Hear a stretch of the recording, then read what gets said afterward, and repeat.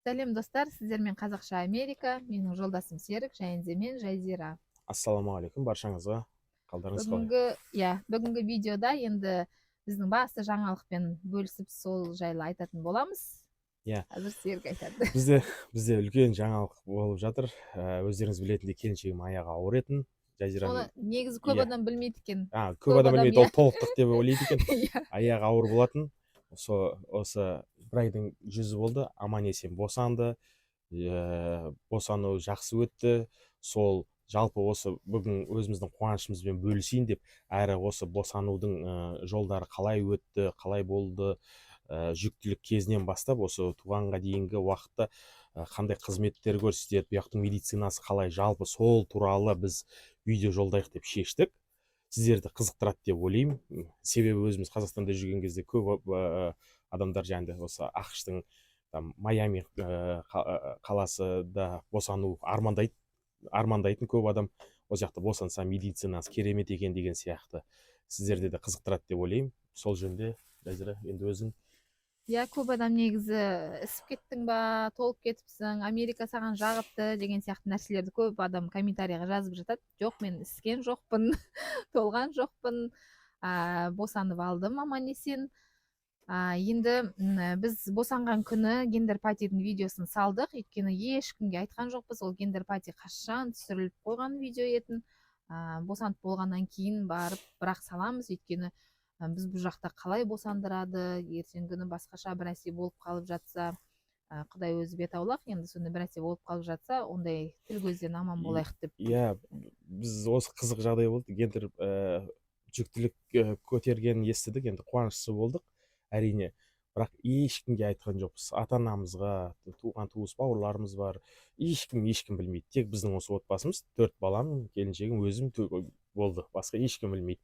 Сонымен осы жүктілік уақыттарын жүрдік қой, ешкімге айтпай жасырып. Сөйтіп 5 айлығында ма 6 айында ма гендер пати жасайық деді. УЗИге баратын болды. 6 айлығында УЗИге барып, сонымен бізге қолымызға қағазын берген болатын. Пол және жынысын, ұл или қыз екен, бірақ оны ашқан жоқпыз. Сөйтіп біздің үйдегі бір адам білу керек оны. Сөйтіп бізде үлкен ұлыма соны бердік. Сөйтіп ол оқыды да, бірақ ешкімге айтқан жоқ, потому что бұл сыр сақтай алады. Сосын бір уақытты күтіп жүрдік, уақыт тапшы, ештеңеге қол тимейді. Сөйтіп бір күні қой жасайық деп сөйтіп гендер пати жасадық. Біз вообще білген жоқпыз до последнего. Үлкен ұлым бәрін істеді, түсірді. В общем, өздеріңіз көрдіңіздер, ұл болды. Алланың қалауы осы. Ұл деп, қызды негізі қалап едік, қызыма Серік болсын, бірақ ұл болды. Ұлға да ешқандай өкініш жоқ, Алланың несі, қуаныштымыз.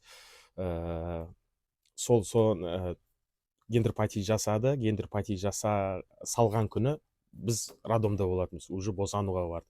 Елдер құтты болсын деп жатқан кезде бұл босанып жатты. Сөйтіп қызық болған. Босанып қойғаннан кейін. Иә, босанып қойғаннан кейін салдық. Себебі неге деген сөз жаңа айта кетейін. Біз білесіз ғой, енді ана тіл бар, көз бар дегендей, бірінші барлығы аман есен. Өзіміз сондай адамбыз, енді көп сенеміз, көп сырт көзден деген сияқты көп жасырынамыз. Тіл көз тиіп кетпесін, аман есен бірінші босанып алайық деген сияқты. Сосын барып қуанышымызбен бөлісе жатармыз деген сияқты. Біз өмір сондай нәрсені көп ұстанамыз. Осы жолда солай болды. Ата-анамызға тіпті айтқан жоқпыз. Сөйтіп босанды, аман есен мен жанында болдым. Сөйтіп гендер патиді сразу артынша салдым, босанып болды. Болысымен сөйтіп едім, анам көріпті, сразу телефонына звоноктар кетіп жатыр. Өлі молодцы, сен қашан көтерген анау мынау деп бастап жатыр да. Сол телефонды алдым да, мама қараңыз, бұл ерунда, бұл гендер пати емес, міне қараңыз деп видеомен бүйтіп түсірген болатын. Олар деген енді қуаныштан жылап жіберді. Қалай 9 ай бойы сөйлесеміз, басымызды ғана көреді, енді постоянно сұрайды, Жазира қайда, Жазирамен неге сөйлеспейміз, неге көрінбейді ол деп. Бұл да сөйлеседі енді, бірақ басын ғана көрсетеді, көбіне қашқалақтайды, көрмей ақ қойсын, білмей ақ қойсын, сюрприз болсын деп. Сөйтіп ең қызығы, менің анамның туған күніне тұспа тұс екеуі бір уақытта туылды. Күшті сыйлық болды, бәрі жылады, қайын жұрт жағымызда бәрі таң қалып, енді күшті болды. Сол енді жүктілік кезі қалай болды, қалай босандың, не көрдің, не үйрендің? Иә, жүктілік кезін айтып кетейін енді. Ең бірінші бұл жақта енді айтып жатамыз ғой, бір нәрсеге кезекке тұру үшін кезекті кезекті алу керек.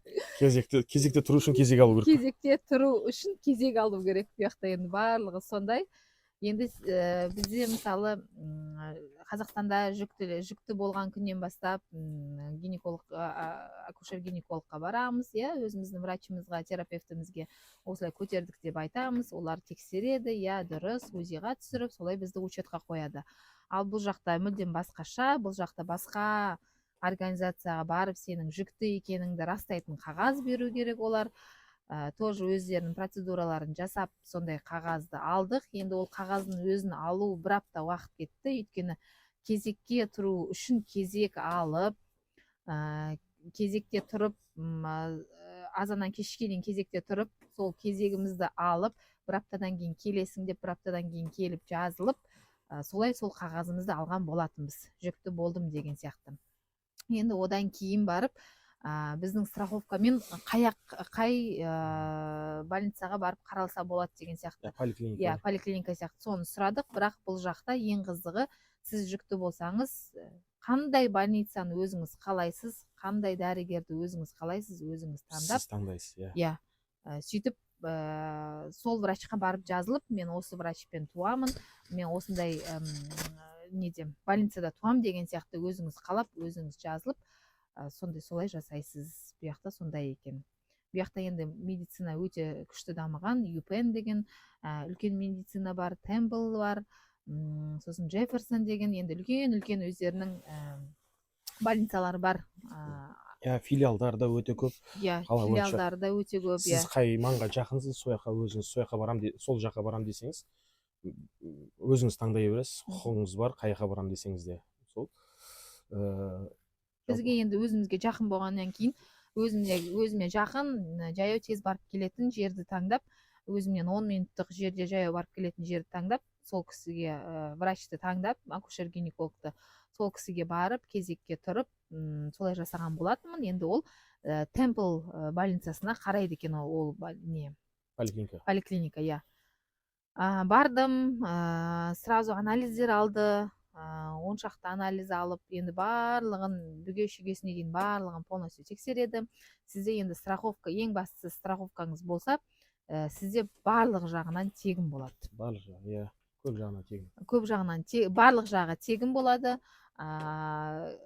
Медицинасының барлығы тегін, қаншама анализдер алып жатыр, енді УЗИ, иә. Сіз жүкті болған күннен бастап туатын күніңізге дейін сізге ай сайынғы витаминіңізді өзіңіздің үйіңіздің қасыңыздағы аптекаға уже сояқтан жазылып тұрады. Аптека сізге сообщение жібереді, сен витамinin келді, алып кет деп. Соны барасыз да, драйвер лайсенс дейді, ID, біздегі удостоверение сияқты, соны көрсетіп, солай витаминдерімді алып жүрдім. Содан кейін УЗИ да тегін, УЗИға да қайта-қайта барып түсіріп жүрді. Содан кейін енді босанатын кезде сөйтіп уақыттар өте берді, 9 ай бойы сөйтіп қаралып жүрдік. Анау врачқа барамыз, анасын тексереді, мынаны тексереді. Жалпы қалай болды сол тексеріс кезінде өзің? Жалпы медицинасы өте керемет. Айырмашылық бар, иә, біздің елде? Өте керемет, өте жоғары деңгейде, ешқандай скрининг, біздікіндей инвивоға тапсырасың, тағы да олимпке тапсырасың, 5000 теңге. Енді мен бұрынғы балаларымды айтып жатырмын, 5000 теңге деп, енді қазір білмеймін анализдер қанша екен. Солай 5000 теңгеге ай сайын тапсыртқызатын, мынандай скрининг келді, анау скрининг келді деген сияқты. Ал бұл жағында барлығы тегін. Және де біздің страховкамыз да тегін. Мысалы, қазір адамдар жазуы мүмкін, Қазақстанда да страховкамен біз тегін қараламыз деген сияқты. Бірақ сіздерден ай сайын айлықтарыңыздан ұстап жатады ғой, иә? Ұстап жатады, иә. Бізге өкімет берген осылай табысыңыз, енді біз 4 бала болды, 4 баламыз, 4 бала шағамыз бар, өзім, келіншегім деген сияқты. Біздің табыс енді бір белгілі бір суммадан аз болса, бізге страховка положено да. Сондықтан бізге 6-ауымызға страховка берген. Құдай бет аулақ, бірдеңке болған жағдайда тегін қарайды, полный тіс болсын, дәрі, жаңағы терапевт, барлық направление. Барлық жағынан тегін. Солай енді 9 ай бойы қаралдық. Енді 9-шы ай күні, енді босанатын күнімде больницаға бірден өзіміз бардық. Ешқандай врачты 911-ге звондайсың деген, негізі звондап шақыртуға болады екен. Негізі скорыйды шақыртатын болсаңыз, ауырып қалып, оның ақысы өте қымбат, иә? $1600. Аха. Шақырғаныңызға, одан кейін сізді апарып емдегені, Одан ары қарай бөлектер, иә. диагноздарын қойып, ол уже дальше кете береді. Сізге ең соңында барлығы біткеннен кейін счет выставлять етеді пәленбай суммада. Бірақ шақырудың өзі $1600. Енді бізде страховка болғандықтан ол шақырсаң да барлығы тегін болатын еді. Бірақ біз ол қызметке жүгінбедік, біз өзіміз бардық. Себебі өзіміздің врачымызға, өзіміздің больницаға барайық деп, иә. Ал 911 дейді ғой, 911 бола ма? Қазақша, қазір енді тағы да қазақша сөйлемедің деп жазып шығады. 911-ге звондайтын болсаңыз, ол сізді жақын арадағы ең жақын деген, иә, босандыратын жерге, роддомға, яғни сол жерлерге апарып тастайды. А біздің қалағанымыз ең основной, ең головной дейміз ғой, ең басты Темпл больницасының өзіне барғымыз келді. Сөйтіп, сол себептен өзіміз бардық. Мен машинамен алып бардым. Машинаны парковкаға қойдық, ішіне кірдік. Иә, ішіне кірдік, содан өзімнің документтерімді көрсеттім. Осылай, енді олар уже көріп тұр, ай күнім жақындап қалған. Толғақпен барып тұрмын. Содан кейін сразу врачтар барлығы енді тексерістен тексеріс мені қабылдап алып, сразу родзалға апарып, үстімдегі киіміме дейін барлығын берді өздері. Соған таңғалдым, үстіндегі киіміне шейін берген. Иә, бұл жақта енді роддомға егерде баратын болсаңыздар, біздікіндей Қазақстандағыдай сумка в роддом деген нәрсе мүлдем жоқ. Өзіңіз қандай киім киіп бардыңыз, сол киіммен барасыз. Және де баланы шығаратын бір киімді алып барсаңыз болады, алып бармасаңыз өздері береді. Иә, содан кейін енді полный тексерістен қабылдады, барлық нәрсесінен өттік. Енді врачтар өте жоғары деңгейде, бір дегенде 10 адам қарайды, жан жағынан барлығын өлшеп тұрады, жүрегін тыңдап тұрады, мына жағынан былай істеп жатады. Әйтеуір енді адам үзілген жоқ, айналаңда бүкіл адамдар. Жолдасым қасымда болдым, партнерға. Иә, партнер бұл жақта обязательно екен, енді міндетті екен, бір адам жанында болу керек екен. Енді бізде енді бұл жақта өзімізден басқа ешкім жоқ қой. Жанашыр, сосын өзім болдым, балаларды өздері қалды үйде. 2-3 күнде енді жоқ болатынымызды білдік, балаларға жақсы деп кеттік қой. Жанында болдым. Мен бір таң қалдырған нәрсе, медицина өте үлкен жоғарғы деңгейде екен. Неге десеңіз, енді ана кіріп жатқан давлениесін өлшеп жатыр, пульсін өлшеп жатыр, жүрек 5 минут сайын ғой врачтар келіп, бәрі жақсы ма, анау ма, мынау ма. Енді тексеріп жатқан нәрселер көп. Даже не тексеріп жатқанын білмейсің, бірақ келіп жатыр, қайта жағдай сұрайды, қайта үйтеді. Енді анау керемет, үстінде киіміне шейін беріп, аппақ төсекте, жалғыз өзім, екеуміз ғана болдық, басқа ондай палата бірнеше адамның арасына апарып салу деген жоқ. Иә, және де партнерға анандай киім, мынандай киім, андай тапочка, маска деген сияқты біздің Қазақстанда енді сондай айтылады. Бұяқта мүлдем ондайға қарамайды. Сен қандай киіммен келдің, кроссовкамен жүрсің ба, джинсымен жүрсің ба деген сияқты. Мүлдем ондайға қарамайды.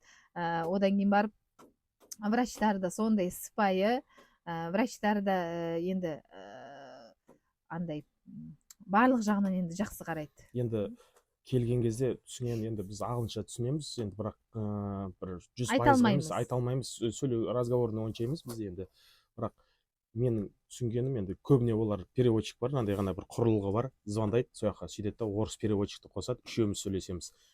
Транслейт, иә, үшеуміз. Сосын олардың енді айтып жатқандары, келген адам, келген врач айтады, не бір шарттар, жаңағыдай осындай болған жағдайда сізге осындай қызмет көрсетсек, келісесіз ба деген сияқты. Иә, келісемін. Тағы да осындай істесек, келісесіз ба? Енді барлығын сізден сұрап алады, рұқсатын сұрайды. Сосын балаңыз аман есен туылып жатса, сіздер мұсылман, ислам дінісіздер, кестіріп жіберуге қарсы емессіздер ма деген сияқты. Енді айтып отыр, былай айтқанда сервис жасайды ғой, сол сияқты келген адамға полный сервис жасайды бұлар. Услуга жасайды. Қазір оның кестірген туралы сосын айтамыз, аяғына қарай уақыт келеді. Енді анау Қазақстанмен салыстырып жатырып, енді айтып жатырмын ғой мына жақтаншы.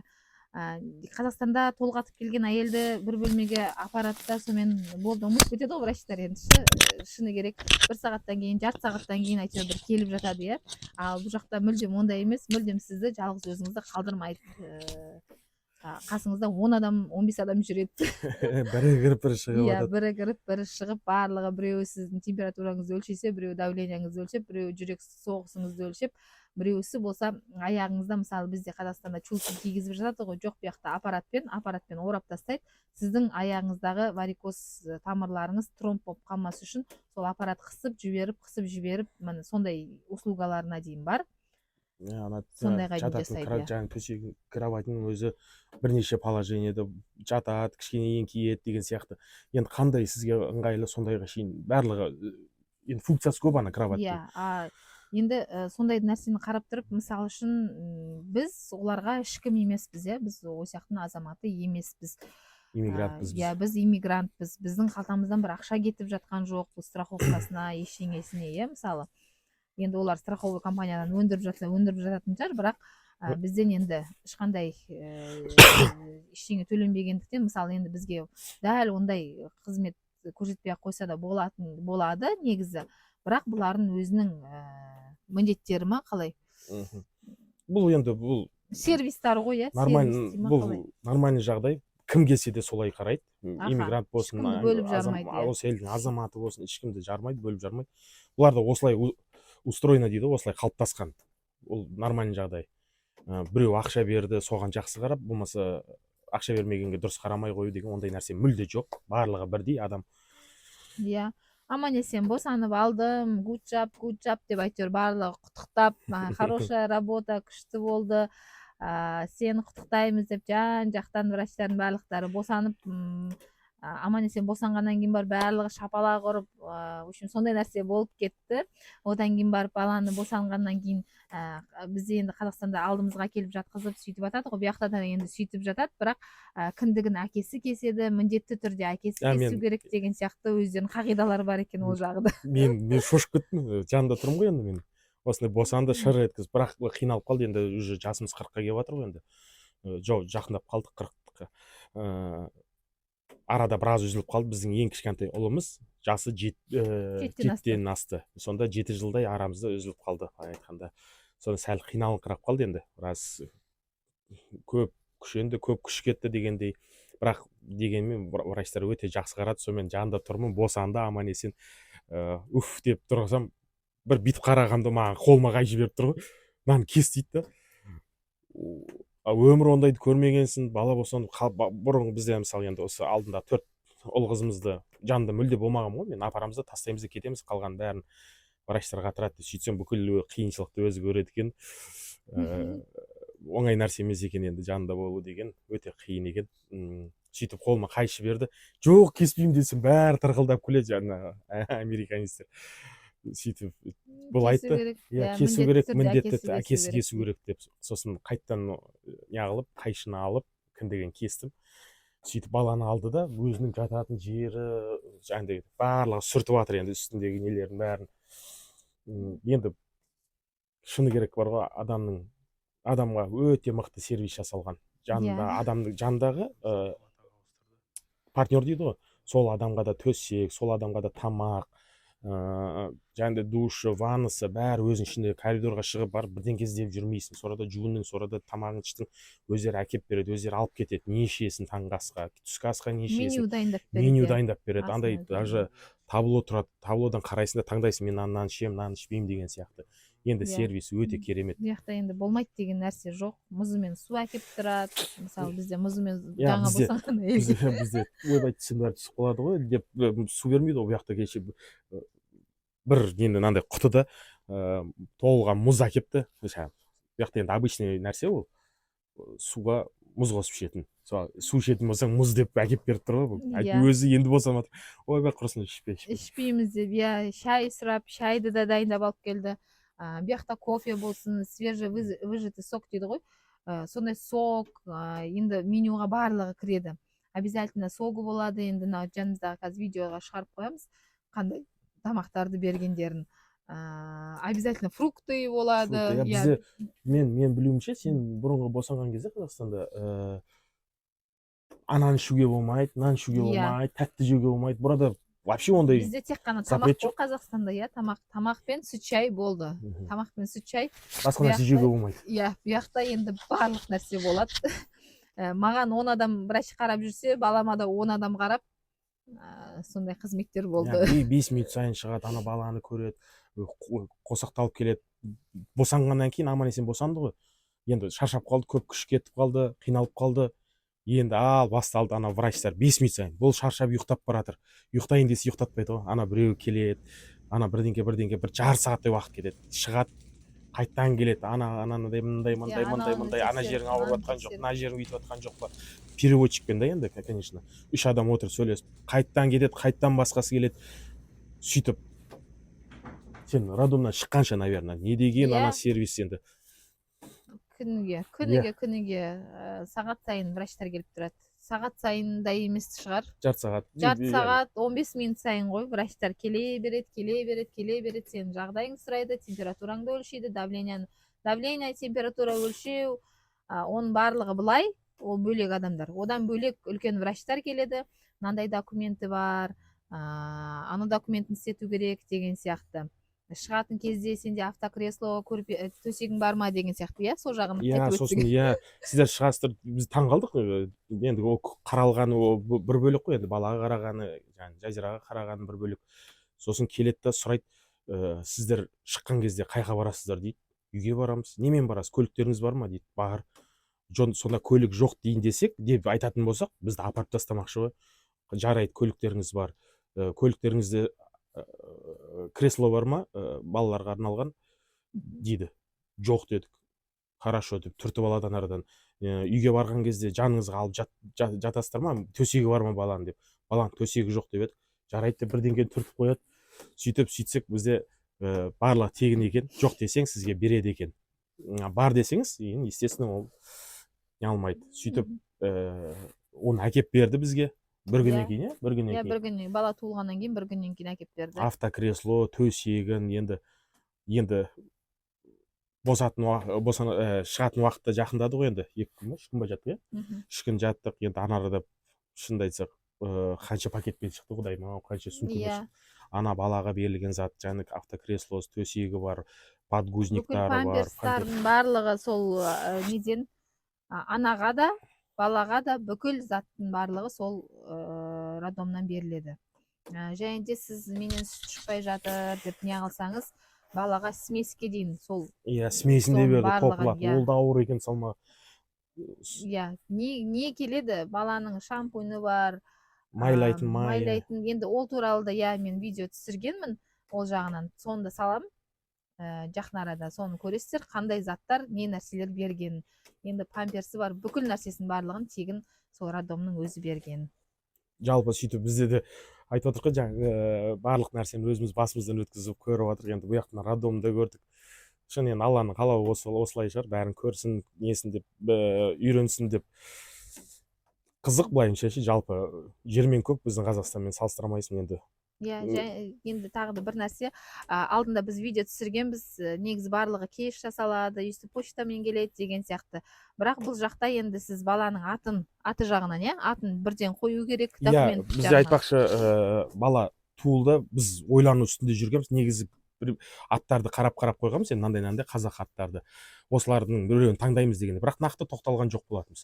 Сөйтіп бізден анауысы келеді, мынау келеді, босандық енді, босанғаннан кейін сұрайды, аты кім деп. Аты жоқ дейміз, пока қойған жоқпыз. Окей дейді, кетіп қалады, түртеді де кетіп қалады. Сосын кейін ойландым отырып, олар қазір құжаттар, не бір жаңағыдей, анаяққа жіберу керек, өкіметке метркесі бар, анауысы бар, мынауысы бар, бәріне құр қалып қалармыз. Ертең ол тағы да қиындық туғызуы мүмкін да, қайттан оны толтырып өзің жүгіруі мүмкін. Өзімізге де айтты ғой, ертеңнен бастап аты ертеңнен біз дайын тұрсын деп, сонымен қой деп бір күн өтіп кеткеннен кейін, босанғаннан кейін бір күн өткеннен кейін атын тездетіп қойдық. Содан кейін әйтеуір үлгеріп кеттік. Барлық келген адамға уже ұлдың есімін Демеу қойдық, ата-анасына Демеу болсын деп. Сөйтіп бәрі Демеу деп врачтардың бәрі жақсы танып алып, оларда мықты екен, андай не болады, тақта болады екен доскаға, кім босанды, баланың аты кім, салмағы қанша, бәрін жазып қояды екен.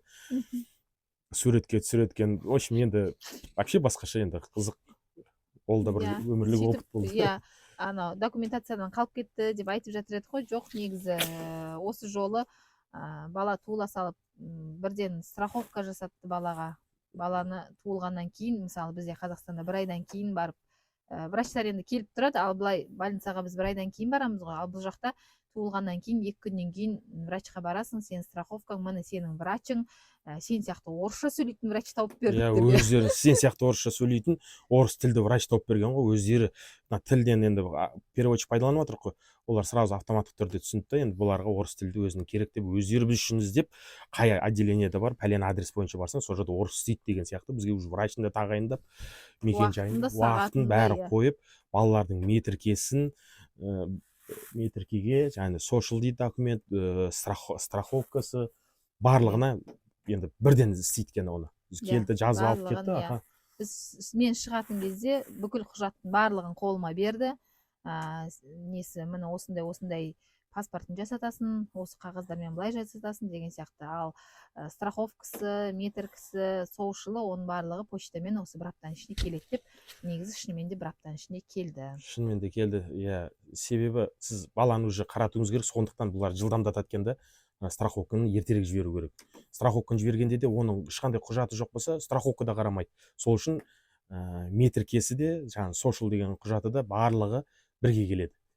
Что баланы қарату үшін, уақытты не алмас үшін, созбас үшін. Сосын ең қызығы тағы айта кететін нәрсе, босанғаннан кейін, бір күннен кейін ба, или сол күні ма, бізден келіп сұрайды, сіздер ислам дінісіздер ғой, балаларыңызды кестіресіздер ма деп. Сосын алдында біз естігенбіз. Сондай болады деп, өйткені бір осындай бір таныстарымыз бар, бір бекер осы роддомда кестіріп жібермедік деп өкініп жүрген да, енді қазір енді кестірейін деп жүр ұлын. Бірақ жоқ, адам қиындау да, қиындау, ол пока барады, пока жазылады, оған уақыт болмайды. Причинасын көрсету керек. Ол уже көп әңгіме болып кетеді. Біз соны естіп алдық та, бізден енді сұраған кезде бір жағынан жанымыз ашып тұр, кішкентай ғана жаңа туылған сәби, кесеміз, ол қалай болады екен деп.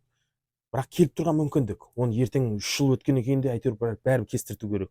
Ол тағы да бір сол кезде бір қиындық туғызуы мүмкін да, енді врач іздеп, оны себебін там құжат деген сияқты. Сосын біз келістік, баланы алып кеттік, әбдей салып, ойбай жүрегіміз ауырып тұрды, қалай болады екен, бәрі әйтеуір Құдай жақта дұғада болдық. Дұрыс болса екен, әйтеуір бір жерін тиіп кетпей, жоқ, әйтеуір бәрі жақсы. Иә, 2 күнде жазылады деді. 2 күнде жазылды, иә, 2 күнде жазылады деді. Уайымдамаңыз деп әкеп тастады, баланы көрдік, орап тастаған енді. Бірақ туыла салып сондай қиындық көріп жатыр, біз күліп жатырық қой. Бірақ бірден бітіп кетті да, ең бастысы. Бірден мұсылман қылып жібердік. Сол даже сондайға дейін сервис жасап жатқанын айтамын мен. Өте енді керемет, енді прям. Даже кестірем десеңіз, кестір жіберуге болады, сол больницадан барлығы бітіп кететіндей. Иә. Партнерға орын бар. Мен өзім демалып жаттым. Баланы алып кетеміз десең, айт, алып кетеміз, 5-6 сағат болсын, бала біздің жанымызда болады деп. Сояқтағы врачтар да айтып жатты, иә, осын тамақ, енді партнерға да тамақ, маған да тамақ, менюмен кәдімгідей оның барлығы қарастырылған, иә. Бөлмеде өзің жуынатын жерің барлығы жеке-жеке. Енді мен жолдасым 4 балада да мүлдем білмейді, иә, роддомның қандай екенін, қалай босанады, қалай екенін барлығын осы Америкаға келіп жаңынан көріп жатыр.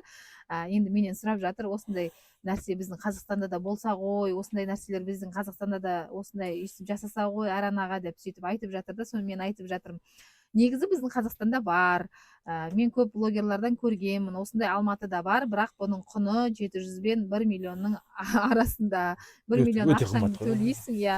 Содан кейін барып саған осындай условиямен үйстіп тудыртып, осындай жағдай жасайды. Айғайдан бәрі бұндай условия болмайтын сияқты ғой. Енді иә. Мүмкін. Ол жағы да бар, иә. Иә. Сол біздің енді иә бар алып қосатынымыз. Егер де ойланып жатсаңыздар, визаларыңызды алып, осы Америкаға келіп босанам деп жатсаңыздар, сіздерге осындай мәлімет, ақпарат келіп жатсаңыздар, дүниеге бала алып келуді жоспарлап жатсаңыздар, қорықпаңыздар. Америкада медицина керемет, өте күшті дамыған. зато балаларыңыз американец болады, не болмаса американка болады, осы елдің азаматтығын алады. Азаматтық Иә. алады автоматтық түрде. Бізге гарантия бермейді ол, азаматтық алмаймыз біз қазақ болып қала береміз. Ол да тегі қазақ болады, паспортында, бірақ ұлты американец болады. Азаматтығы американец болады. Азаматтығы американец болады. Және де кейін қандай ол несі бар? Иә, кейін қазір ата-анасымен жүреді. 18 жасқа толғанда бала өзі осы елге емін еркін келіп шығып кетіп оқуына түседі. Осы яқтың тең құқылы азаматы болады. Президенттік сайлауға да қатысады, небір осы елдің көмек, льгот барлығына енді былай айтқанда осы елдің азаматы ғой, толық осы елдің азаматы. 18-ге толғаннан кейін Алла қаласа, бауырларын өзі тарталады. Ағасы бар, әпкесі бар деген сияқты, Алла қаласа иншалла бауырларын ата-анасын тарта алады. Өзі Америкада отырып, мен бауырларым Қазақстанда тұрып жатыр, оларды мен алдыртқым келеді десе, ешқандай шектеу қоймайды, емін еркін шақырып ала алады, құқығы бар оған. Сол бар айтатынымыз осы. Егерде келіп жатсаңыздар, жазыңыздар, хабарласыңыздар, барлық сұрақтарыңызға жауап береміз. Сау саламатта болыңыздар, аман есен болыңыздар. Біздің каналды қолдаңыздар, лайк басыңыздар, достарыңызға таратыңыздар. Қоңыраушаны басыңыздар, лайкты басыңыздар, комментарий қалдырыңыздар, хейт жазбаңыздар. Жақсы болыңыздар.